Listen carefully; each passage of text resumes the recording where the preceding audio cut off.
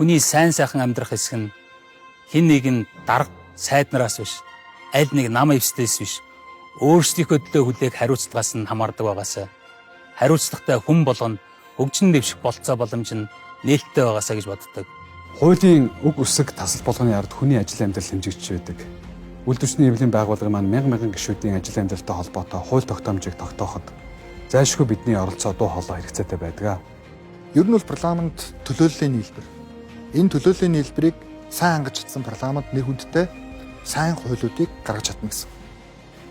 Тэгэхээр энэ агуулгаараа нийгмийн төлөөлөл, залангуяа өнөөдөр Монгол улсын хувьд бас дүгнэлт хийх ёстой нэг гол харилцаа бол манай үйлдвэрчний эвлэл болон худалдаа аж үйлдвэрийн танхимын дуу хоолой засгийн газарт хэрхэн уялдах вэ гэдэг энэ зөвшөлтсөл. Нийгмийн зөвшөлтслийг одоо урайлан дуудах реформ гэж. Сайн байцгаана уу? Намайг Бэстрэнгийн инх төвшин гэдэг. Би бизнесийн салбарт 27 дахь жилдээ ажиллаж байна.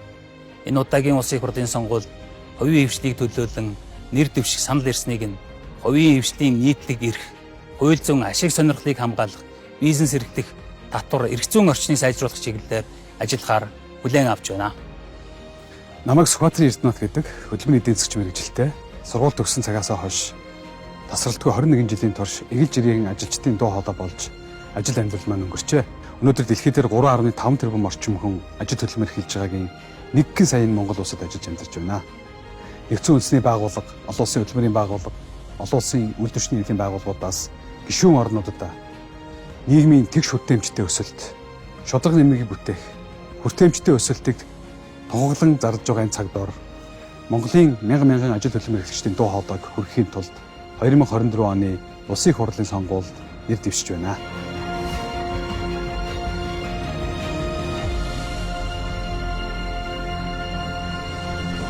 Ерөнхий сайдаа багаар нь дэмжиж Монгол ардын нам